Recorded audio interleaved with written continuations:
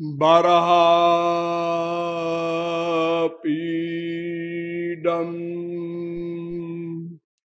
नटबरबपु कर्णयो कर्णिकारम्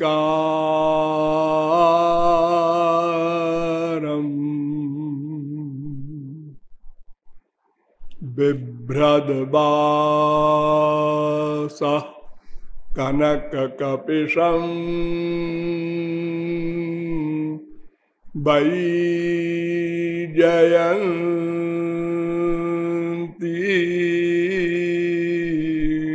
च माला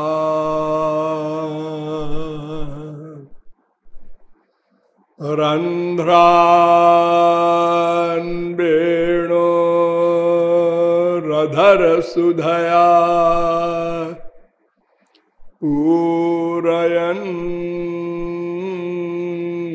गोपवृन्दै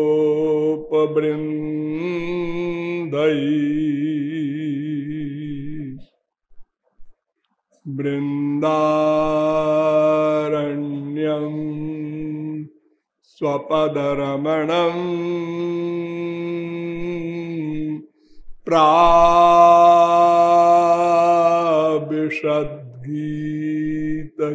प्राविशद्गीतकीर्ति ब्रजे बसन्तं नवनीतचौरम्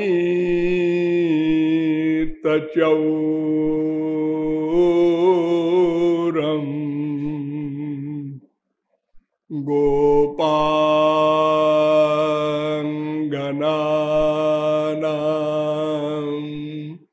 चदुकूलचौरम्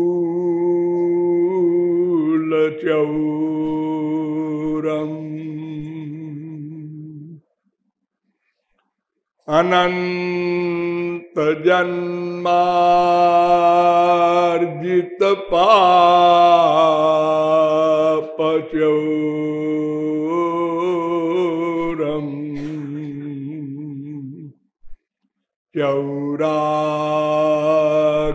चौराग्रगण्यं पुरुषं नमामि।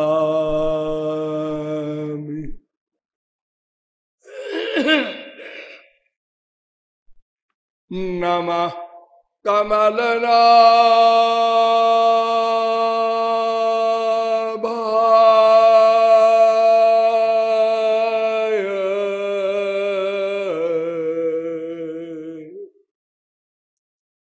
नमः कमलमालिने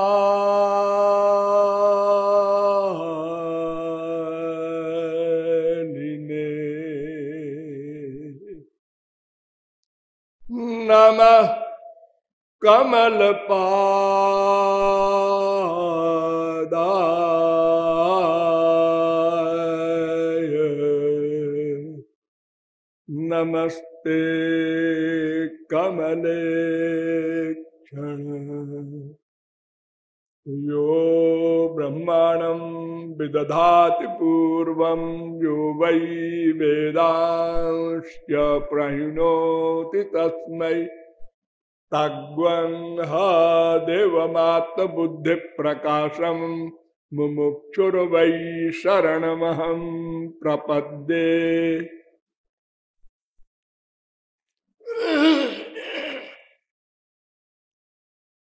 वेदकृत वेदविद वेद वेद्य ब्रह्म तत्व विज्ञासु महानुभाव नियमानुसार थोड़ी देर हरि नाम संकीर्तन कर लीजिए, पश्चात विषय प्रारंभ होगा।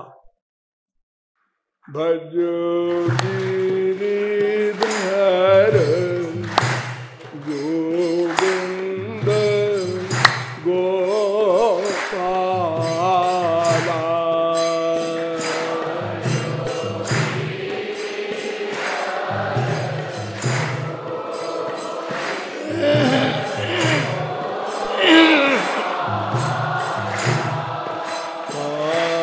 भजो गिरिधर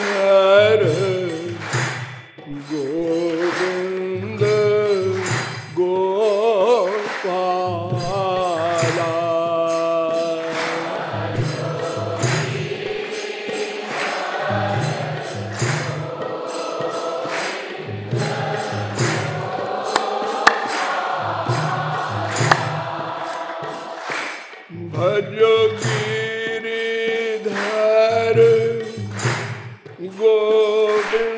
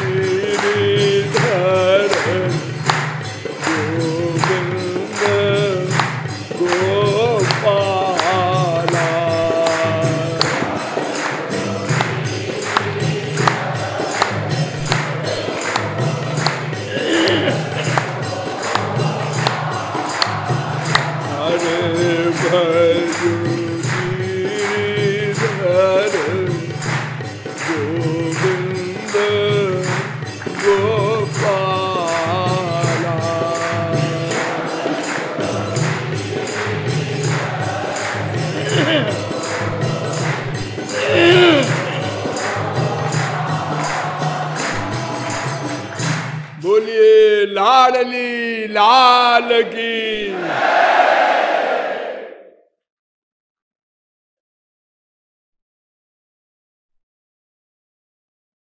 ब्रह्म जीव माया तीनों तत्वों के तत्व ज्ञान के संबंध में अब तक आप लोगों को बताया गया कि विश्व का प्रत्येक जीव दुखी है। 4 प्रकार के प्रमुख दुखों से दुखी है। नंबर 1 दुख है शरीर का, अनेक प्रकार के रोग, शारीरिक रोग आप सब लोग जानते हैं, डॉक्टरों के यहाँ चक्कर लगाते हैं। बहुत से रोग प्रारब्ध जन्य होते हैं, बहुत से रोग दोषज होते हैं, अपनी गलती से होते हैं, लेकिन सब रोगी हैं।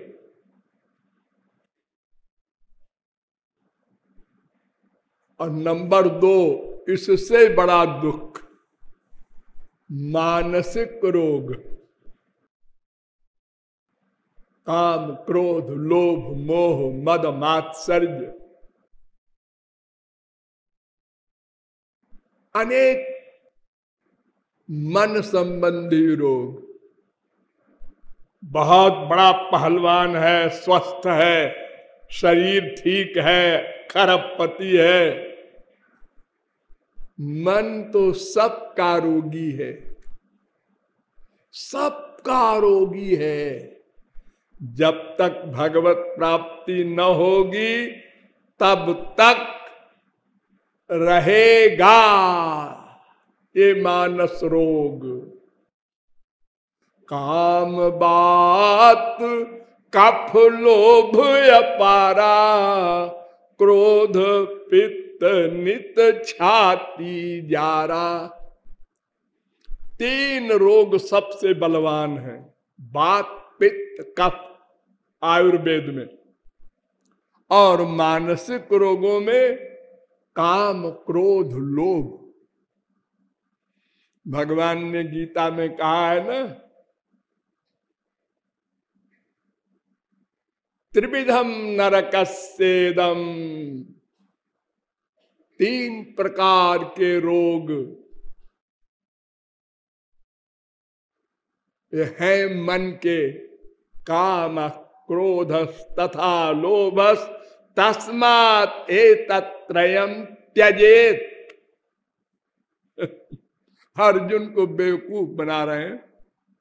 ये 3 मानस रोग ही सबसे प्रमुख है, बाकी रोग इन्हीं से पैदा होते हैं, इनको छोड़ दे। क्या तौलिया है ऐसे छोड़ दे? अरे कैसे छोड़ दे भाई, बस तू छोड़ दे।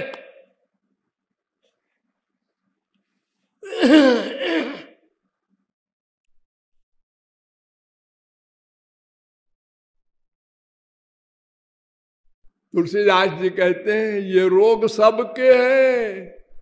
आ ब्रह्म भुवनालोका पुनरावर्तनोर्जुन गीता, 8वें अध्याय का 16वां श्लोक। ब्रह्मलोक तक के सब जीव रोगी हैं। उन जीवों को छोड़कर जिन्होंने भगवत प्राप्ति कर ली है। इंद्रादिक भी रोगी हैं।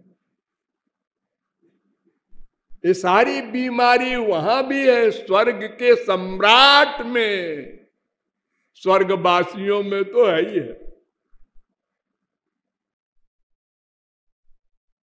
देखो जिसके यहां उर्वशी, मेनका, त्रैलोक्य सुंदरी इंद्र के अंडर में, वो इंद्र हमारे मृत्युलोक की अहिल्या में आसक्त हो गया।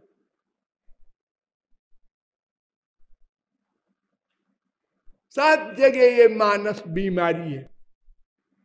और नंबर 3, जो दूसरों से दुख मिलता है, बैर अकारण सब काहू सो, जो करे हित अनहित ताहू सो।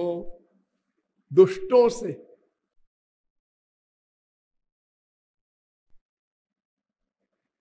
जो काहू की सुनहि बड़ाई, तो सांस ले ही जन जूड़ी आई।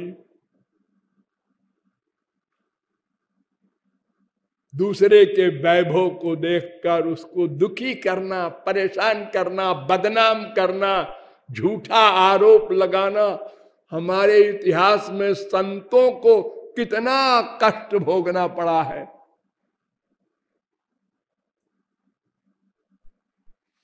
और चौथा है गर्मी, सर्दी, ये बाहर की चीजें, इनसे भी दुखी है सब व्यक्ति। तो ये 4 प्रकार के दुख प्रमुख हैं। इसके अतिरिक्त प्रारब्ध का दुख है, तमाम दुख है, हम गिना नहीं सकते। उन दुखों की निवृत्ति के लिए, अथवा संक्षेप में कह दो आनंद की प्राप्ति के लिए, सभी जीव प्रतिक्षण प्रयत्नशील हैं। क्योंकि कोई जीव एक क्षण को अकर्मा नहीं रह सकता। नहीं कश्चित क्षणमपि जातु तिष्ठत्य कर्मकृत।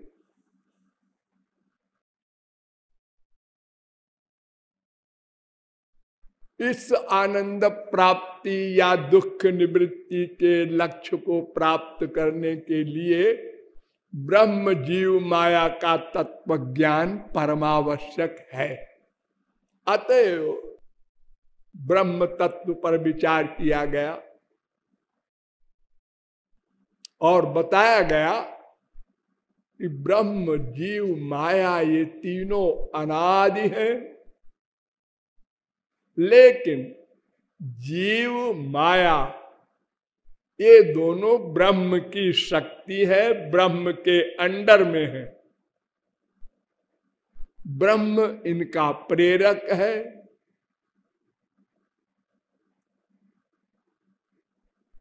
धारक है, शासक है।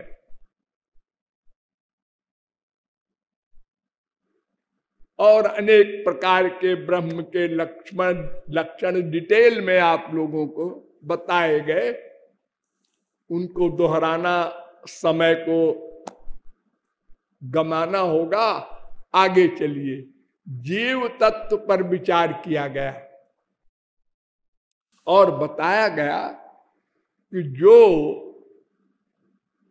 चेतना युक्त हो ऐसी कोई चीज, उसको जीव कहते हैं। और जो स्वयं जीवित रहे और दूसरे को भी जीवित रखे। और ये प्रत्यक्ष अनुभव करते हैं हम लोग। जब शरीर में जीव आया तो चेतना आई, जीव चला गया चेतना चली गई, और इंद्रिय मन बुद्धि का वर्क बंद हो गया, वो भी चले गए जीव के साथ।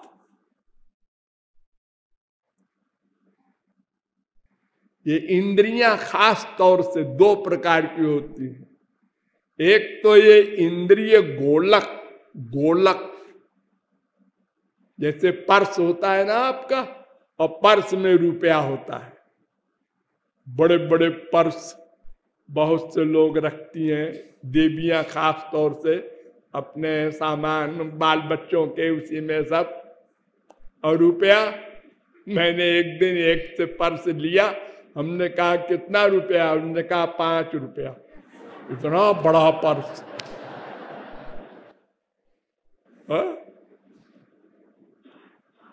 तो पर्स के अंदर जो रुपया है असली तो वो मूल्य है। तो उसी प्रकार ये इंद्रियों का घर है, आंख जो दिखाई पड़ती है, इस घर के अंदर आंख होती है। जब वो आंख खराब हो जाती है तो डॉक्टर कहता है अब कुछ नहीं हो सकता। कान रूपी ये बाहर की इंद्रिय के अंदर कर्ण इंद्रिय होती है। ऐसे ही दो प्रकार की इंद्रियां होती है, एक सूक्ष्म एक स्थूल।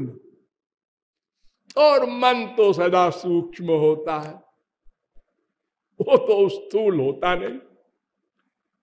तो स यदा अस्मात् शरीराद् उत्क्रामति सहैवैतैः सर्वैरुत्क्रामति।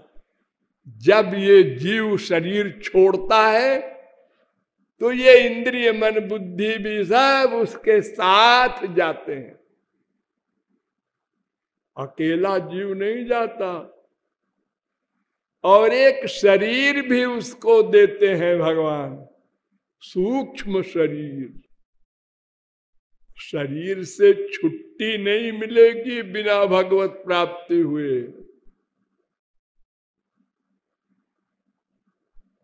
शरीर पीछे लगा रहेगा आपके, कोई शरीर हो।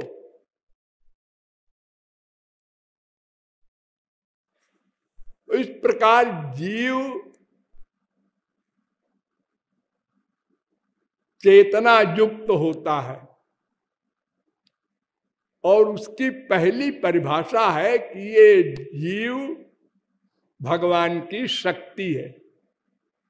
वेदों के द्वारा भी आपको बताया गया और गीता आदि के द्वारा भी बताया गया कि जीव भगवान की शक्ति है।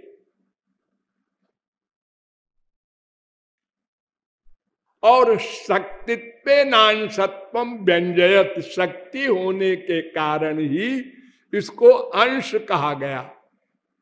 ये भगवान का अंश है। अंश और अंशी में भेदा भेद दोनों होता है। इसलिए 25 वेदांत सूत्रों के द्वारा और उपनिषदों के द्वारा आपको बताया गया कि जीवात्मा परमात्मा में भेद भी है, अभेद भी है। आगे चलिए, ये जीव भगवान की कैसी शक्ति है? आप कहेंगे पराशक्ति है। क्षेत्रज्ञ शक्ति है, अनेक नाम है इसके।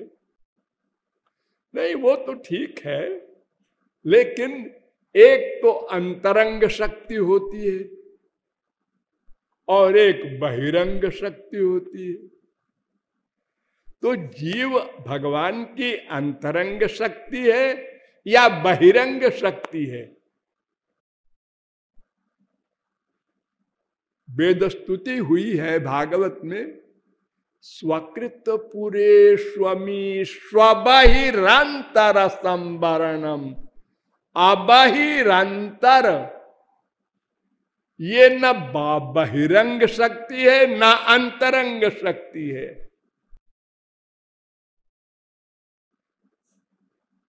ये लो, ये बहिरंग भी नहीं अंतरंग भी नहीं, फिर क्या?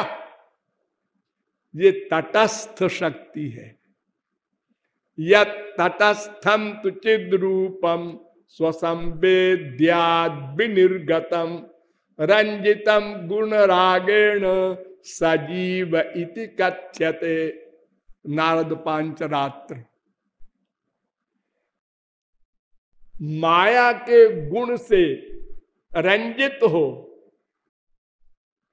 माया के अधीन है न जीव, और न तो अंतरंग शक्ति से संबद्ध हो न बहिरंग शक्ति से, उसको तटस्थ कहते हैं। अंतरंग शक्ति भगवान की कौन? मैंने बताया था, भूले न होंगे।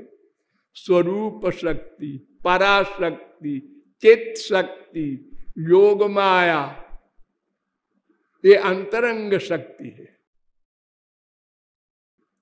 ये सदा भगवान में रहती है। और बहिरंग शक्ति माया सदा बाहर रहती है। तो जीव भी बाहर तो रहता है, भगवान में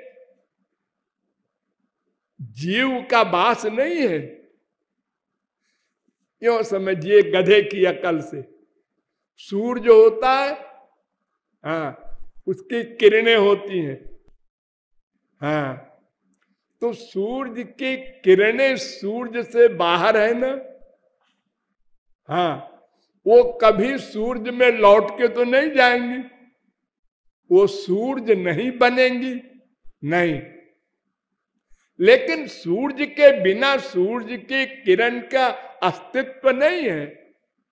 हाँ, ऐसे ही वो सूर्य रूपी भगवान श्री कृष्ण की किरण रूपी ये सब जीव है और भगवान से दूर पृथक अलग है, मायाबद्ध है ना। ये मुक्त हो करके भी सूर्य नहीं बनेंगे, आगे हम आपको बताएंगे। तो इस प्रकार ये तटस्थ है, उभय कोटा व प्रविष्टत्वात्, यानी पराशक्ति के भी अंतर्भुक्त नहीं, माया शक्ति जड़ है उसके अंतर्भुक्त भी नहीं, क्योंकि जीव चेतन है, माया से श्रेष्ठ है। भगवान ने कहा है ना गीता में, ये पराशक्ति है, उत्कृष्ट है, इसलिए ये बीच में है। देखो यो समझो, भगवान की पराशक्ति युक्त भगवान श्री कृष्ण, उनके नीचे जीव, क्यों? माया क्यों नहीं? इसलिए कि जीव माया, इन दोनों शक्तियों में माया जड़ है और जीव भगवान का सजातीय चेतन है, इसलिए भगवान के नजदीक उसका नंबर आया जीव, और जीव के बाद है माया, तो मध्यवर्तिनी है जीव शक्ति, इसलिए तटस्थ कहते हैं उसको।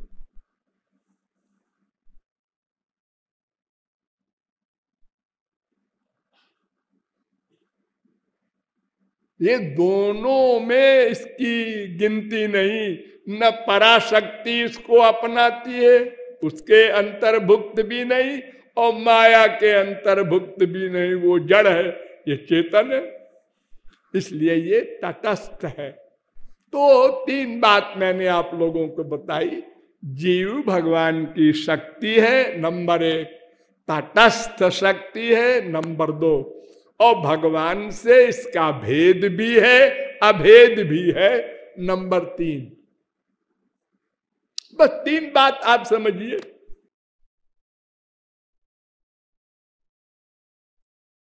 और चौथी बात क्या कि पराशक्ति युक्त भगवान का भी अंश नहीं है जीव।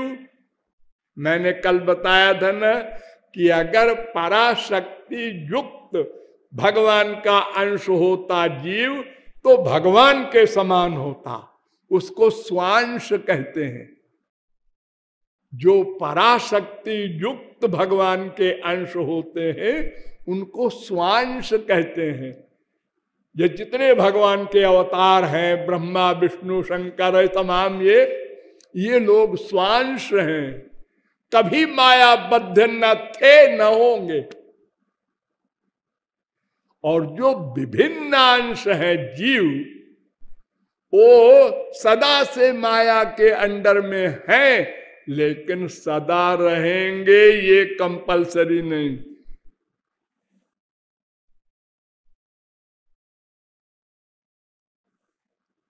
अगर हम भगवान को प्राप्त कर ले तो हमारी छुट्टी, छुट्टी माने मुक्ति, माने माया से उत्तीर्ण हो जाएंगे, भगवान के लोक में चले जाएंगे, भगवत जन बन जाएंगे, माया जन नहीं रहेंगे। तो स्वरूप शक्ति युक्त श्री कृष्ण का अंश जीव नहीं और माया विशिष्ट श्री कृष्ण का भी अंश जीव नहीं, क्योंकि माया जड़ है। ये जीव शक्ति विशिष्ट श्री कृष्ण का अंश है। तीसरी शक्ति जीव शक्ति है ना, विष्णु शक्ति परा प्रोक्ता क्षेत्रज्ञाख्या। वो जो क्षेत्रज्ञ शब्द कहा है विष्णु पुराण में, वो जीव शक्ति है।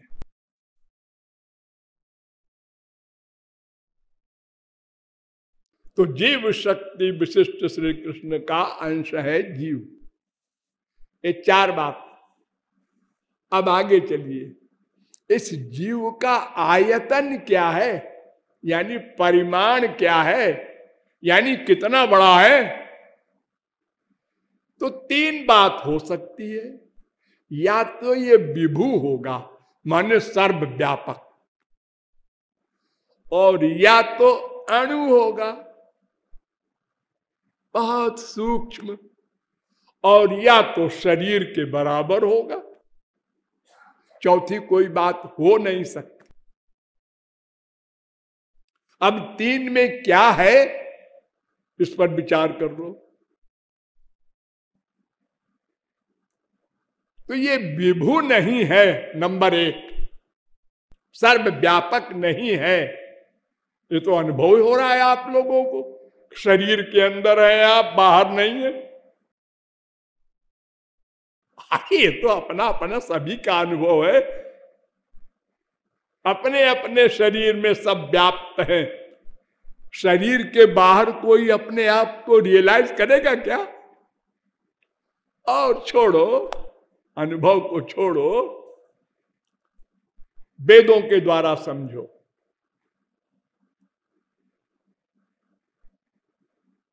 जीव का उत्क्रमण होता है, निकलता है शरीर से बाहर।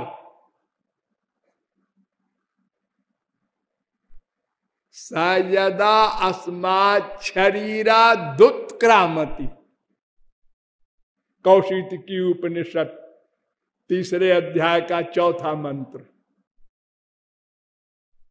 और ये वही के अस्मात् शरीरात्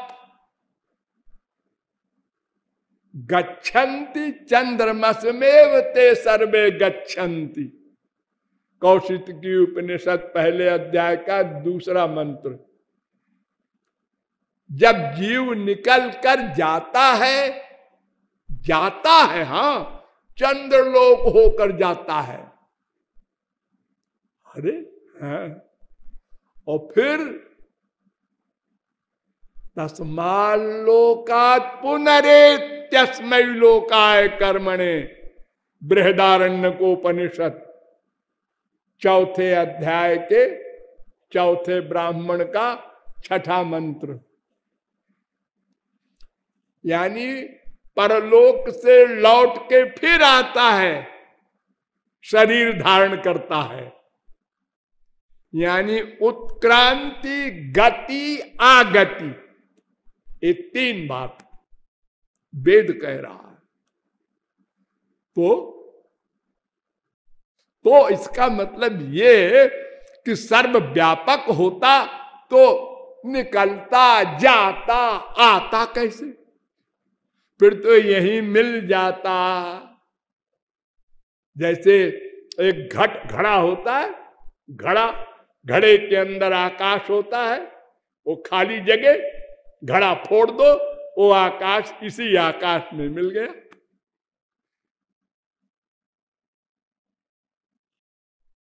पर ऐसा नहीं कह रहा है वेद। वेद कह रहा है वो जाता है और फिर आता है।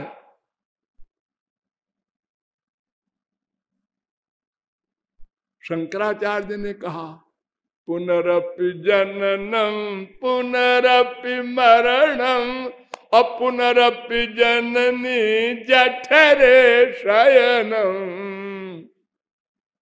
अरे तुम तो कहते हो लीन हो जाता है यही। नहीं, वो तो कहा था हमने, लेकिन असली बात ये है, तो शंकराचार्य ने दो विरोधी बातें कही हैं। हाँ? उनको ऐसे ही आज्ञा थी भगवान श्री कृष्ण की, तो ऐसे ही करना वहां जाकर के। शंकर जी के अवतार है ना।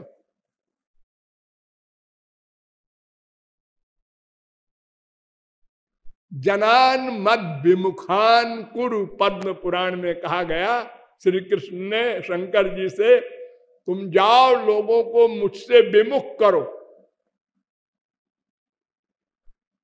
ये बताओ श्री कृष्ण भगवान नहीं है, ये माइक है, निराकार होता है भगवान, ब्रह्म साकार होता ही नहीं। और तमाम स्थानों में यह भी मान लिया होता है। चारों धाम में भगवान की मूर्ति स्थापित की शंकराचार्य ने, यह भी किया। तमाम बातें हैं। हाँ, तो आप लोग समझे वेद के द्वारा कि जीव जाता है, आता है, इसलिए व्यापक माने विभू नहीं है। एक बात तय हो गई। वेदांत को ले लो, वेदांत ने इसी तीन बात को कहा। जो तीन वेद मंत्र मैंने बताए, उत्क्रांति, गति, आगति, इसी के लिए एक सूत्र बना दिया वेद व्यास ने, उत्क्रांति गत्या गति नाम। देखो ये वेदांत शब्द आप लोग सुनते हैं बार बार, एक पुस्तक का नाम है। बड़ी छोटी सी पुस्तक है, 10 पन्ने में वो पुस्तक बन जाए।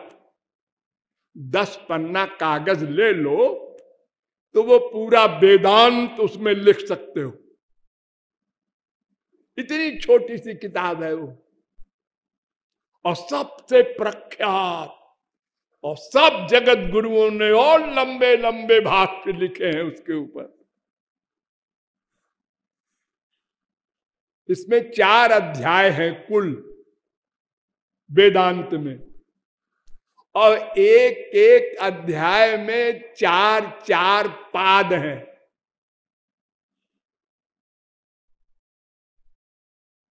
और एक एक पाद में किसी में 32, किसी में 40, किसी में 60, किसी में 20 सूत्र हैं। बस जैसे मान लो पहला अध्याय वेदांत का, पहले अध्याय के पहले पाद में 32 सूत्र, दूसरे पाद में 33 सूत्र, तीसरे पाद में 44 सूत्र, चौथे पाद में 29 सूत्र, कुल टोटल 138 सूत्र। बस 138 सूत्र का एक अध्याय। दूसरे अध्याय में 149 सूत्र, तीसरे अध्याय में 182 सूत्र, चौथे अध्याय में 76 सूत्र, टोटल 545 सूत्र। और किसी किसी ग्रंथ में एक ब्रह्म सूत्र को 2 करके लिखा है, तो उनके यहां और बढ़ जाता है आगे 555 सूत्र, 10 सूत्र बढ़ जाते हैं। जैसे आत्मकृते परिणामात एक सूत्र है, अब इसको 2 कर दिया किसी ने, 1 4 26, तो वो एक सूत्र बढ़ गया उसका। इसलिए नंबरों में एक सूत्र की गड़बड़ ऐसी होती है। तो बताओ कुल 545 सूत्र की किताब, और सूत्र कितने बड़े, आप लोग सुन के हंसेंगे। अथा तो ब्रह्म जिज्ञासा हो गया, जन्माद जस्य जता हो गया, इतने बड़ा सूत्र। शास्त्र योनित्वात हो गया, ईक्षतेर ना शब्दम हो गया, तत्व समन्वयात हो गया, स्मरंती च हो गया। बस हाँ, ये 4 6 शब्दों का एक सूत्र और 545 सूत्र। तो ये इतने छोटे छोटे सूत्रों को हम 10 पन्ने में 545 लिख के दिखा दे, बस इसी का नाम वेदांत। और आप लोगों को आश्चर्य होगा कि इस वेदांत सूत्र को बनाने वाले वेद व्यास, उन्होंने 4 लाख श्लोक लिखे हैं पुराणों में, 1 लाख की एक बुक लिखी महाभारत। उन्होंने ये वेदांत भी लिखा और गीता भी, और आप लोग जानते ही हैं।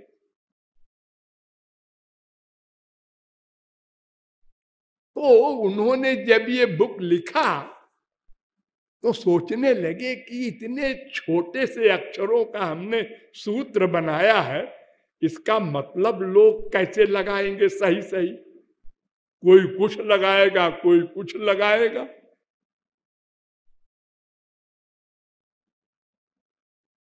जैसे स्मरंति च, क्या मतलब इसका?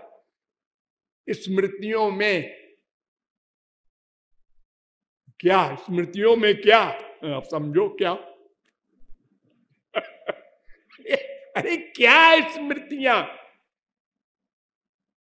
स्मृति माने गीता, गीता में कौन सा श्लोक, ये कुछ नहीं, ये ढूंढो कहां है वो लिखा। पुराणों में ढूंढो 4 लाख में। तो उन्होंने उपनिषदों का और वेदांत का सबके अर्थ को भागवत में लिख दिया, एक बुक बना दिया 18,000 श्लोक की। उसमें उसी का अर्थ है डिटेल में, अर्थात सब आप समझ लेंगे। देखो एक बात बताऊं, शंकराचार्य ने उपनिषदों का भाष्य किया, गीता का भाष्य किया। अरे छोटी छोटी किताब विष्णु सहस्त्र नाम ये भी कोई किताब है? भगवान के 1000 नाम है खाली, उसका भी भाष्य किया, लेकिन भागवत का भाष्य नहीं किया, छुआ नहीं उसको। क्यों? अगर भागवत का भाष्य लिखते तो उनका जो अद्वैत का सिद्धांत है वो प्रारंभ में ही खंडित हो जाता। सत्यम परम धीमहि, तो पहला श्लोक कह रहा है मैं श्री कृष्ण की शरणागत हूं, वो ब्रह्म है। जन्माद्यस्य चतोन्मयादितरतश्चार्थे स्वभिज्ञ स्वराट, इसलिए उन्होंने अर्थ ही नहीं किया उसका। तो वेदांत में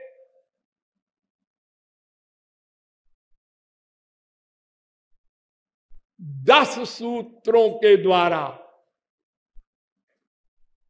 वेदव्यास ने सिद्ध किया है कि जीव विभू भी नहीं और शरीराकार भी नहीं, अणु भी नहीं। तो 3 सूत्र तो है कि शरीराकार नहीं, पहले उनको समझ लो।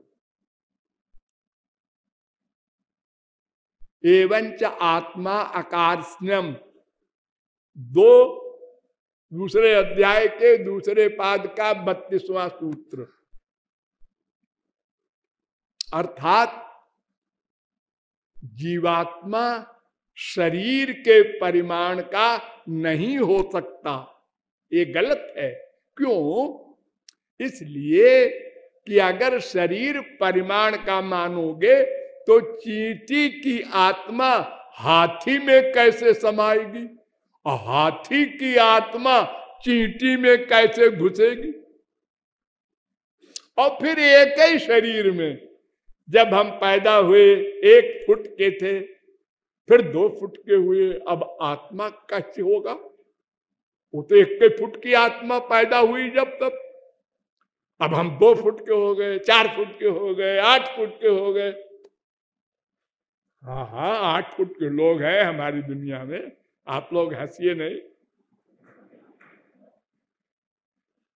तो ये इतने लंबे लंबे हम होते जा रहे हैं, तो आत्मा तो 1 फुट की थी जब हम पैदा हुए। तो वो कहते हैं कि अजीब, हम आत्मा भी बढ़ती जाती है। तो फिर एक सूत्र बना दिया वेदव्यास ने, न च पर्यायादपि अविरोधो विकारा दिव्या, दूसरे अध्याय के दूसरी पाद का 33वां सूत्र। अगर आप मानते हैं कि आत्मा बढ़ती जाती है और हाथी की आत्मा चींटी में छोटी हो जाएगी, तो घटने बढ़ने वाला जो कोई तत्व होता है वो नश्वर होता है और आत्मा तो नित्य है। आप कैसे कहते हैं? तो फिर एक सूत्र बना दिया, दूसरे अध्याय के दूसरे पाद का 34वां सूत्र। अंत्यावस्थित उभय नित्यत्वात् अविशेषा, ये उभय नित्यत्वात् यानी प्रारंभ में अंत में मोक्ष में सदा आत्मा एक सी लिमिट का होता है, वो घटता बढ़ता नहीं। इसलिए शरीराकार आत्मा है ये कहना गलत। चलो, उससे भी छुट्टी मिली। अर्थात न विभू है और न शरीराकार है। अब तीसरा तो हो गई, लेकिन उसको भी समझ लो, उसको डिटेल में लिखा है 10 सूत्रों में।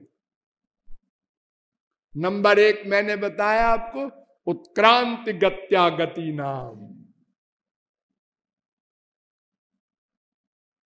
दूसरे अध्याय के तीसरे पाद का 19वां सूत्र। अर्थात जीव का उत्क्रमण होता है, गमन होता है, आगमन होता है। इससे सिद्ध होता है कि जीव अणु है। फिर इसके आगे सूत्र है स्वात्मना च उत्तरयो हो, अर्थात गमना गमन, ये दो वस्तु सिद्ध करती है कि जीव अणु है। फिर आगे चलो, स्वयं शंका करते हैं वेदव्यास, न अणु अतच्छ्रुते रीति चे ना इतराधिकारात, जीव अणु नहीं है। क्यों? वेद कह रहा है आत्मा विभू है। हाँ,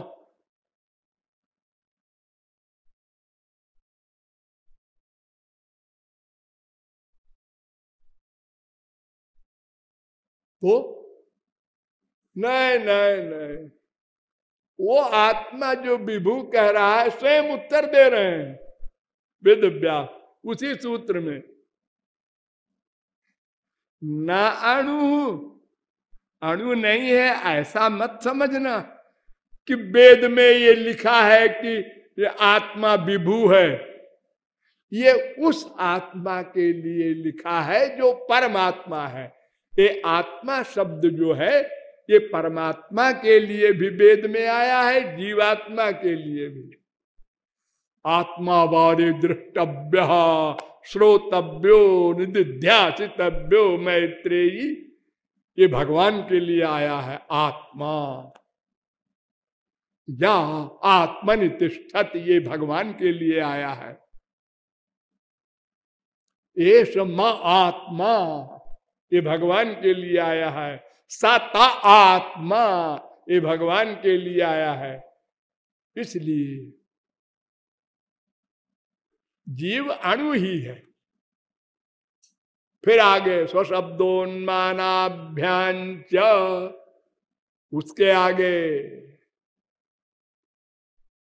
अविरोध चंदनवत अवस्थित वैशेष्यादित चेन्न अभ्युपगमात हृदय ही, उसके आगे गुणाद्वालोकवत, उसके आगे व्यतिरोको गंधवत, उसके आगे तथा च दर्शयत, उसके आगे पृथ्वुपदेशात। ये 2 3 19, 2 3 20, 2 3 21, 2 3 22, 2 3 23, 2 3 24, 2 3 25, 2 3 26, 2 3 27, 2 3 28 तक के ब्रह्म सूत्र हम बोले। इतने 10 सूत्रों में वेद व्यास ने सिद्ध किया कि जीव अणु ही है। और ध्यान दो 28वां सूत्र जो है पृथ्वोपदेशात, यहां तक शंकराचार्य ने माना हां जीव अणु ही है।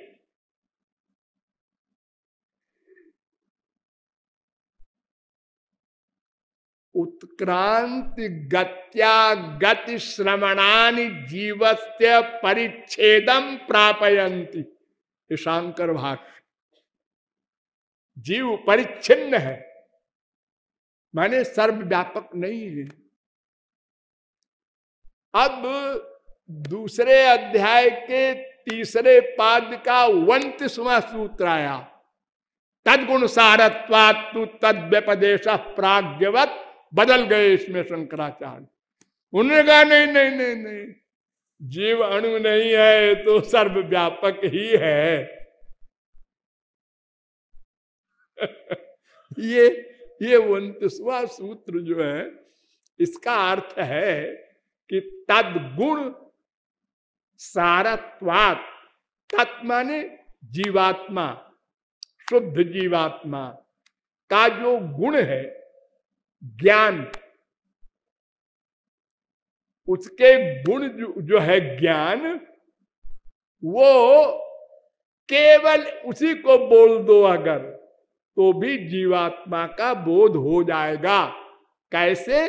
प्राज्ञवत, जैसे भगवान के बारे में होता है। वत माने समान, उपमा है कि जैसे भगवान के बारे में सच्चित आनंद न बोल के आनंदो ब्रह्मेति विजानात बोला जा रहा है वेद में, ऐसे ही जीव को ज्ञान बोल देते हैं, केवल ज्ञान। विज्ञानम यज्ञम तनुते, तैत्तरीयोपनिषद 2:5। विज्ञान यज्ञ करता है, विज्ञान माने जीवात्मा। शंकराचार्य ने इस ब्रह्म सूत्र में वेद मंत्र कोट किया, सवा एष महानज आत्मा योयम विज्ञानमय, बृहदारण्यकोपनिषद 4:4-22। इस वेद मंत्र में लिखा है, बड़ा मंत्र है ये, सर्वस्य वशी सर्वशेषान सर्वस्याधिपति सर्वेश्वर।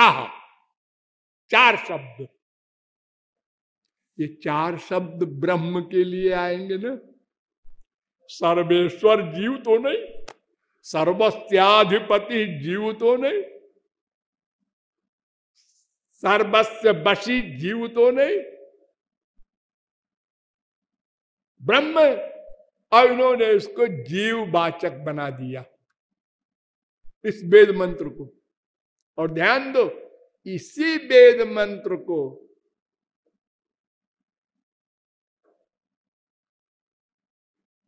दो 3 20 ब्रह्म सूत्र में, यानी न अणु अतच्छ्रुते रीति चेन्न इतराधिकारात, इस ब्रह्म सूत्र की व्याख्या में स्वयं ने ब्रह्म परक माना। देखो अंधेर, एक वेद मंत्र को 21वें सूत्र में कह रहे हैं कि ये ब्रह्म परक मंत्र है, और 29वें, बस 9 सूत्र का फर्क, 29वें सूत्र में कह रहे हैं जीव परक है।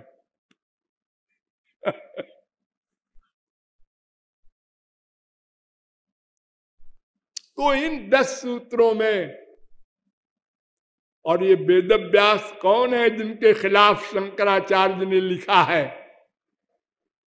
ये शंकराचार्य के गुरु गोविंदाचार्य के गुरु गौड़पादाचार्य के गुरु सुखदेव परमहंस के गुरु वेद व्यास। और इन वेद व्यास को शंकराचार्य ने भगवान माना।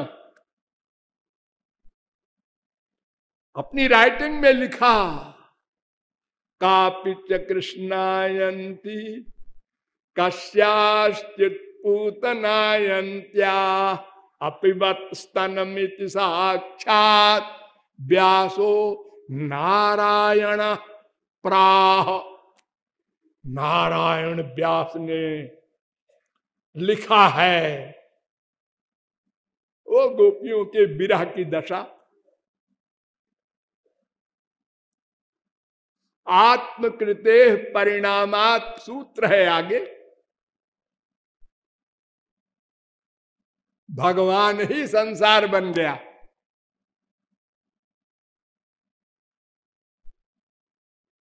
इस सूत्र की व्याख्या में शंकराचार्य ने कहा, वेद व्यास भ्रांत हो गए थे। भ्रांत माने स्क्रू ढीला, अपने गुरु के गुरु के गुरु के गुरु के गुरु को नारायण कहने वाले, और कह रहे हैं भ्रांत हो गए थे वो, उनका दिमाग खराब हो गया था जो ऐसा लिख गए। संसार है वह नहीं, ये तो ब्रह्म है। लोगों ने मन से गढ़ लिया है संसार। मन गढ़ंत है, ये मनगढ़ है ना। ऐसे शंकराचार्य कहते हैं मन से गढ़ लिया गया है ये संसार।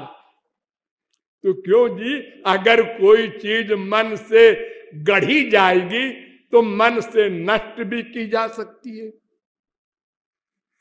नंबर 2, हर एक आदमी एक पेड़ को पेड़ ही गढ़ता है, उसको कोई गधा भी कहे, कोई ऊंट भी बना दे मन से। सारी वस्तुएं हर एक आदमी अपने अपने मन से एक ही गढ़ रहा है। ऐसी तमाम बातें हैं, डिटेल में बतावे तो आप लोग हंसते हंसते लोटपोट हो जाएं। तो जीव अणु है और हृदय में रहता है। ध्यान दो। नंबर 2, अणु है माने बहुत सूक्ष्म और हृदय में रहता है। उसी में वो अणु, अणु का भगवान वाला अणु, वो भी अणु है, लेकिन वो सर्वव्यापक अणु है। वो चित्त है, ये भी चित्त है, दोनों हृदय में रहते हैं। हृदय में रहकर सारे शरीर में चेतना पैदा कर देता है ये जीवात्मा। इसके लिए वेद मंत्र है, खाली वेदांत नहीं, वेद भी कह रहा है,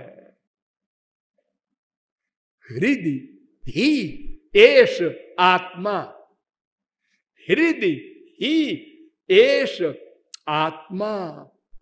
प्रश्नोपनिषद सवा एष आत्मा हृदय, छांदोग्योपनिषद 8वें प्रपाठक के 3रे खंड का 3रा मंत्र। वो हृदय में रहता है जीव, और वो सारे शरीर में व्याप्त है, इसका भी वेद मंत्र है। आलोमभ्य आनखेभ्य, छांदोग्योपनिषद 8वें प्रपाठक के 8वें अध्याय का खंड का पहला मंत्र। तो वेद के द्वारा, वेदांत के द्वारा और पुराणों के द्वारा भी सूक्ष्माणाम अप्यहम जीवः, ये जीव सूक्ष्म है, हृदय में रहता है, सारे शरीर में चेतना पैदा करता है, भगवान की शक्ति है। लेकिन जीव शक्ति विशिष्ट भगवान की शक्ति है और तटस्था शक्ति है, और भगवान से भेदा भेद संबंध है इसका। इतना विषय आपको समझाया गया। शेष कल। लाडली लाल की।